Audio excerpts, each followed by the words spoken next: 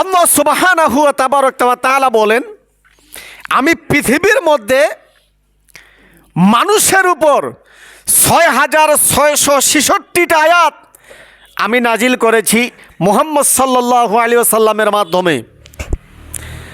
দুইটা ভাগ, ৩০ পারা কোরআনের ভিতরে দুইটা ভাগ, একটা হলো মাক্কি, আরেকটা হলো মাদানী।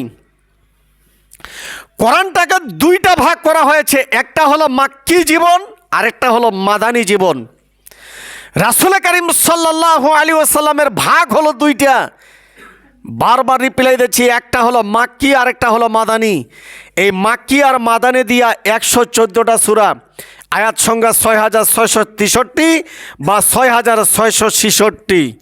এবার আসেন মাক্কি আর মাদানীর ভিতরে আল্লাহ সুবহানাহু ওয়া তাআলা ওয়াইদ ক্বালা রাব্বুকা লিল মালাইকাতি ইন্নী জাইলুম ফিল আরদি খলিফা, মানুষগুলিকে বুঝাচ্ছেন, ধুলাই দিচ্ছেন, বুঝাচ্ছেন আকল দিয়া, বিবেক দিয়া, বুদ্ধি দিয়া, যাতে মানুষ বুঝতে পারে। কোন সুবহানাল্লাহ। মাধ্যম হলেন মুহাম্মদুর রাসূলুল্লাহ সাল্লাল্লাহু আলাইহি ওয়াসাল্লাম। তাহলে আমি বললাম গোটা ৩০ পারা ১১৪টা সূরা মিলিয়ে একটি আল কোরআন।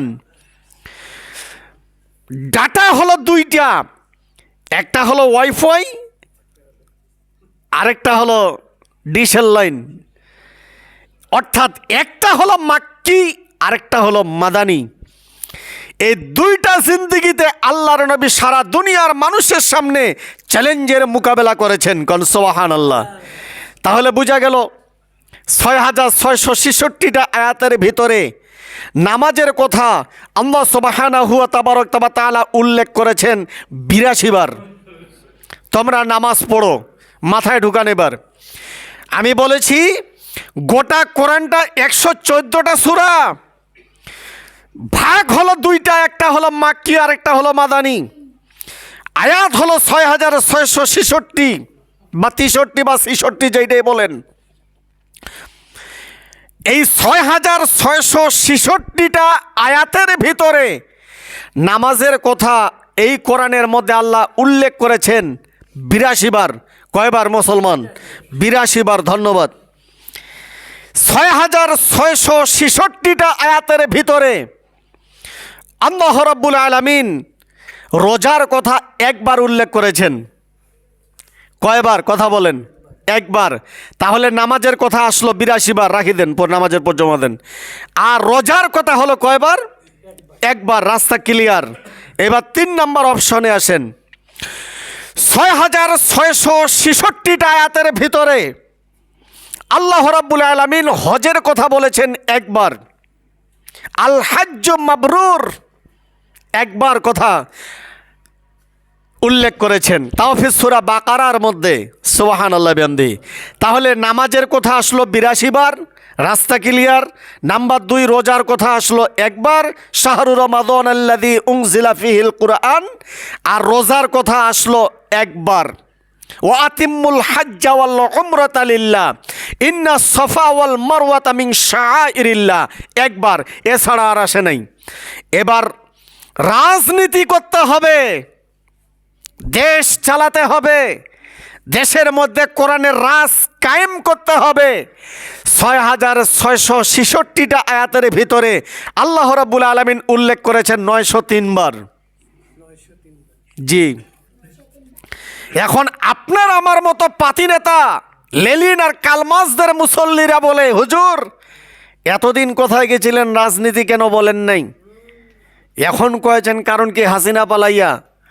জানেন সবাই মিথ্যা কথা বলা যাবে না, সত্য কথা বলতে হবে। সত্য ইসলাম, ধর্ম ইসলাম সত্য। কোন সুবহানাল্লাহ।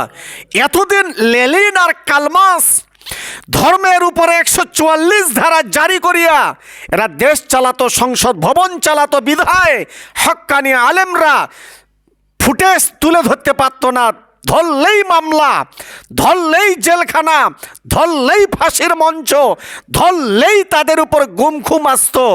এই জন্য আল্লাহ সুবহানাহু ওয়া তাআলার সেই কালমাস আর লেলিনরা, পাপিষ্ট নরাধমরা ইসলামকে দাবিয়ে রেখে তারা 43 সাল পর্যন্ত রাজতন্ত্র, লেলিন আর কালমাসদের আইন চালু করে এই দেশটা আমেরিকা বানাতে চাইছিল।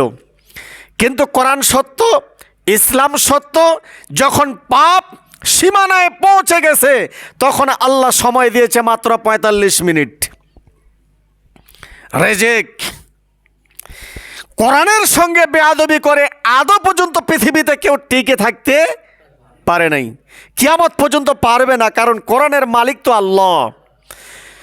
এবার আসেন সূরা বাকারার 29 নম্বর আয়াতের শ্লোক থেকে আপনাদের সামনে বুঝাচ্ছি।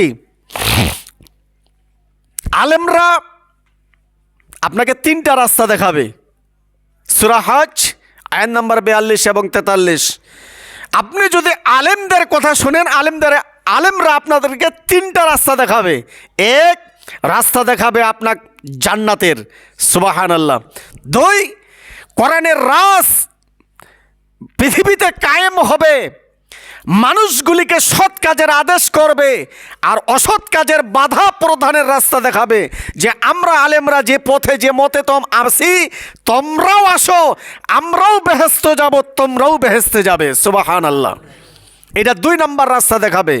3 নম্বর রাস্তা দেখাবে ইবলিস শয়তান যাতে চ্যালেঞ্জের মোকাবেলা করে এই পৃথিবীর মাটিতে জয়ী না হতে পারে, দাজ্জালের অনুকরণ থেকে যেন বিরত থাকে, ঈসা আর ইমাম মেহেদী আলাইহিস সালামের অনুকরণ মুহাম্মদ রাসূলুল্লাহর উম্মত হয়ে যাতে থাকতে পারে, আলেমরা সেই রাস্তা দেখাবে।